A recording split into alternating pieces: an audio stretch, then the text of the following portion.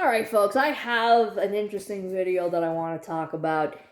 I like to pride myself as somebody who has basic understanding of occultism. I'm not an expert or anything. I'd like to see it as I'm still a student of this sort of endeavor and continuously learning. And let me tell you, even with my own fucking profession, for those that know about the wellness, there's always something to fucking learn. You never stop learning. You never do. But there is something that I've been noticing over the past few years that I wanted to talk about. At this point, it's gotten kind of cringe on the internet, anyway. It's very cringe, and I think it's just intellectually lazy. But at the same time, when you notice some of these symbols, when you notice something that seems a bit demonic, satanic, with the culture, people are going to start putting their own projections and their own interpretations on things. That's nothing fucking different than any sort of symbolism that's behind it. And I want to talk about something that I've noticed. I would think it's safe to say that the right has pretty much been fueling the past few years. And I just want to give a brief notion when we're talking about this transgender thing, okay? My view on it is very fucking simple. It's a very simple thing. There are males and there are females. And you have in between, at times, abnormalities that happen within nature. Those things do exist. Not at the rate that we are seeing today, if you were to do surveys and studies and how many people identify as this, right? But it also comes into question, a point is, what makes up a man? We're not talking the XXs and the XYs. You could still be a woman who's premenopaused or going through menopause, and what, you're no longer considered a woman by those standards? It's a very weird thing. But it is an interesting thing, though, because when we talk about what is a man, what is a woman, part of it is not just the biology that some of us do not necessarily question at this point in my life. I did think for a period, and it was just like a couple of thoughts here and there, and then I got over it. You kind of question your sanity a little bit and think, hey, am I a boy because I like things that boys like? No, it just means you're a tomboy. Does it mean I'm gonna dress like a butch?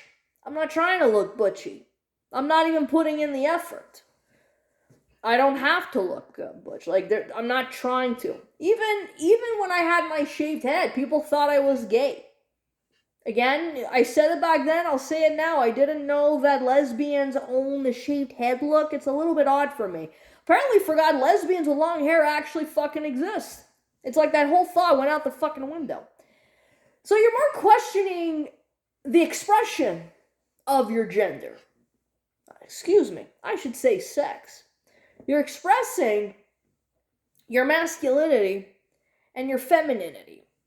Now, I'm talking about myself because I'm a good example of such a thing, okay? I have not stopped being a tomboy just because I became a woman at the age of 13. Guys, we're going to get real with this. We're going to get real. Now, what does that have to do with occultism? I've noticed something interesting on the right. And also on the left too, what you will see, and I don't know if this is just a political statement, but what you will see at times with these transgender folks is you will see some of them might be Satanists, and they'll be waving, I'm not even going to use the abbreviation, but let's just call it the pride flag for the sake of it, alright? they're going to be waving that pride flag, the gay flag, whatever, Motley Crue flag, basically. The Motley Crue flag. And you might see maybe an inverted pentagram or the image of Baphomet. I'm sure you guys have heard about Baphomet once upon a time. If you haven't, well, do yourself a favor and actually go look it up. Baphomet. Beautiful and interesting history, might I add. The person that conceptualized it, drawing from different traditions, was a French socialist and occultist, I believe in the 18th or 19th century, that came up with this. Eliphas Levi, that guy. Drawing on the inspiration of Hermeticism, to a point, socialism. Socialism in the sense of it being a fucking utopia, right? Because I'll get to that. And once again, socialism back then probably had a different meaning to what it is now. Democrats back in the United States in the 17th century was different compared to what it is now. Things evolve, things change. So, drawing on inspiration from Hermeticism, I would also argue maybe to a point of Gnosticism, Freemasonry, and also he was a Catholic. He was a fucking Catholic, but ironically, well, an occultist who happens to be a Catholic. Well, also a dude who was probably rich also. So you're going to see a lot of these things, right? So, with that said, Baphomet has a nice history. These ideas were already out there prior to this guy. And so he just came up, drew inspiration from these traditions, from these ideas, and sketched out to what we know as Baphomet today. The difference is if you really take a close look at it, it's up here on the forehead where you'll notice a pentagram. Not a pentacle, a pentagram. If you know it's satanic, it's inverted. Not necessarily a bad thing, but it means something else. Like if you really study these fucking symbols and you apply it in your life and you get the point of it, you'll understand that it is not necessarily a negative, but it's pointing down. That is the satanic one. The one that he draws on is pointing up. It's pointing up. Has a different meaning behind it. It's drawing on from the heavens, from your higher self, in today's terms anyways. So you'll see some of these individuals out in society waving that. And as for myself personally, I don't necessarily have a spiritual resonance or an energetic resonance to Baphomet. Just like Satan and Lucifer, for a while I did have that when I was young. Not necessarily like if you were to look at the sigils, it wasn't like that. But just the archetype, something was drawing me in. And I'm like, but why though? What is it about these archetypes that's drawing me in? Now, not so much these days. Something else.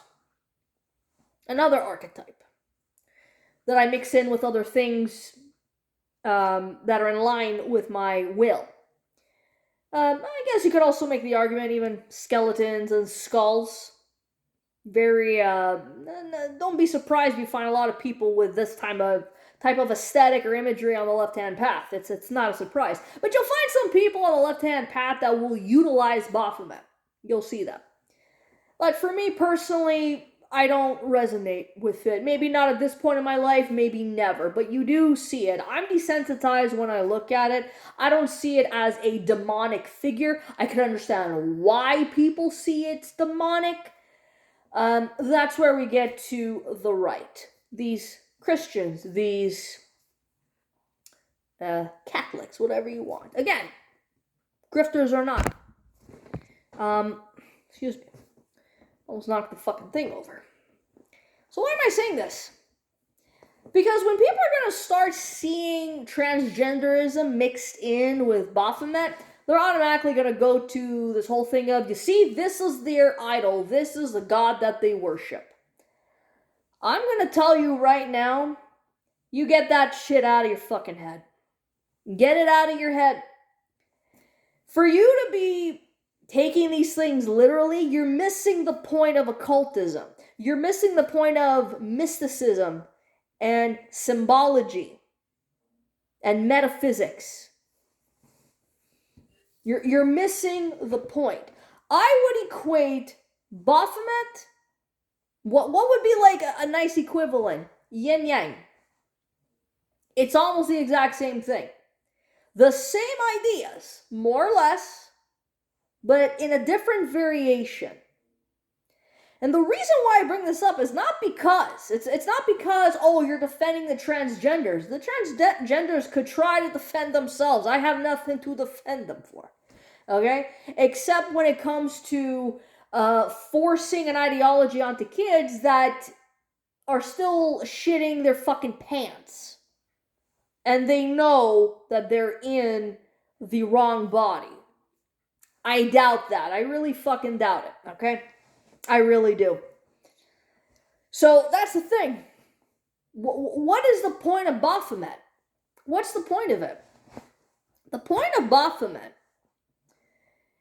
again, you have different variations, but for me, it kind of draws into the same thing. You know, let's go back to the pentagram for a second. Whether it's like this or whether it's like this, for me, there is still an aspect of enlightenment that has to occur. But if you're more like an atheistic Satanist, you're gonna go about indulging yourself to that, if that's like the highest good in your opinion. For me personally, I'm not a fan of overindulgence because, yeah, I do want to indulge, but the thing is, the indulgence has to come from within. You're not letting these external indulgences override you, overtake you, and control you. You're missing the fucking point. So, what is it about Baphomet that freaks people out whenever they see this? They don't understand the symbolism. They don't understand the alchemy behind it. Hermeticism. As above, so below. That is the principle of correspondence. As above, so below as above, as within, so without as within. Or in layman's terms, soul the universe, soul the soul, right? As an easy way of remembering it. So you have these two things. You have the sun, then you have the moon, right? You also have, and this one is pretty much everybody's like freaking out over it, are the obvious physical features, and this is what gets people to believe that this is their God. This is their fucking God. You have one side where it is male, and you have the other one which is female, and it has breasts. Yeah, and I'm saying that as my breasts are out, but where are they supposed to go? It is what it is. Get over it. All right? So yeah, that's what makes people freak out.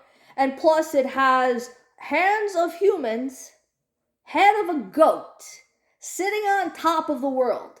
And it has, I don't know what you'd call it, but like a little thing, like a little,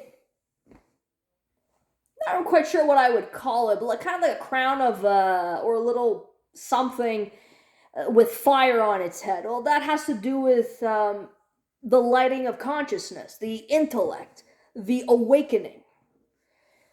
These are little things that mean something greater. It has nothing to do with transgenderism. Once you look into the symbol a little bit more deeply than what it is that I'm explaining, it's not meant to be taken as a literal thing. You're talking about the union of opposites within yourself. We're talking about those energies. First and fucking foremost. The physical is usually a secondary thing, but I wouldn't be neglecting the physical because as long as you're on this plane, you have to take care of your body regardless, right? We're not talking about transitioning. We're not talking about becoming, and I could understand why people would think it looks like a hermaphrodite. It's not encouraging you to be a hermaphrodite. That's not what it is. It is the union of those opposites. It is the union of both energies that are coming together. Like, for example, you have the animalistic side of man with the divine side. For example, bringing these two together. The rational and the irrational. The light side and the dark side. The disorderly and orderly together. Male, female coming together. Regardless of what it is you identify as. I would think on the other side that they take it a little bit too far because they might be misinterpreting it in their own fucking way. But in terms of it being inclusive, we're not talking inclusive because it will appeal to everybody. It's inclusive because it is a very complex symbol that is talking about the human condition to having that sense of self, that individuation. Now, whether you want to go like this or you want to bring it down to this fucking level in a more materialistic way, that's your own prerogative. That's your own thing. Looking at the polarities of yourself, that's all it is. That's all the fuck it is. Okay, so the Satanists take it a little step further. Okay, they're a little bit more obscene, they're a little bit more profane. I'm like, okay, whatever. How's that any different than heavy metal? How's that any different than, let's say, Baphomet being shown on, let's say, Venom on album covers? How's that any fucking different? Big shit. Tough shit. So whenever you see a lot of these individuals on the right saying that, you call them out on their fucking bluff because, bruv, there are Christians, and this guy, Livas Levi, was a Catholic himself. He was a Catholic himself. And maybe in his mind, he thought, well, this shit's fucking demonic. It's a demonic thing. Well, it didn't seem to bother him as he wanted to bring socialism to the forefront and actually create like a one world religion where we're in peace, right? Sounds like communism a little bit, but that's a fucking utopia. Sounds very nice on paper, guys. Hate to tell you. You'll never get me to become a fucking communist. It's not happening. I am too selfish to be a communist. You think I want to share my private shit with other people all the time? No. No matter how selfless you guys are, you will always have that natural instinct to have things for yourself. That's the bottom line. It's just how extreme are you going to be with it? Oh, see? Another idea in terms of polarity, in terms of extremes. Well, if you were utilizing Baphomet as an archetype to measure that within yourself, you'd be having a better grounded view of yourself, huh? That's just another way of utilizing it. But in terms of people freaking out that this is demonic, which I can see why they would. I'm not going to sit here and say that that they're not 100% nuts, but it is a little bit nutty. But I can understand why they think that. I can understand. But at the end of the night, I just bring it down to it's like yin yang. I utilize that. I utilize the chaos sphere. I use that too. Even sometimes I'm having a bit of an inclination with a bit of like the Santa Muerte or skeletal imagery a little bit. You know, it's starting to come around. Not just because it's Halloween soon, but it's starting to get there, which is interesting. So, figured I just point it out, but this whole thing, kind of getting tired of it. But this is what happens. You have an image in your mind, and over time, there's a bit of a lore that changes. That's just what it is. You think a lot of the superstitious nonsense of witches are all bad? That's superstition from the Middle Ages that still permeate to this very day. It's a lot more complex than that, guys, and it sticks with the zeitgeist, but some people just take it a little too fucking far. It's not what everybody thinks, but then again, occultism isn't for everyone. Not everybody will like it. Not everybody will be like, oh shit. Well, what can I say? You're going to admit that you have a little bit of darkness within you. You're going to admit you have a bit of evil. At the very least, admit that. At the very least, hey, I did a little bit of self-reflection. Because if you at least admit that, then I'd say you might just be a reasonable person at that point. I mean, how reasonable? Well, we'll see. But in terms of this, it's kooky. It's silly. Spooky for nothing. Do a little bit of research. It's not as scary as everybody thinks it is. With that said, peace out.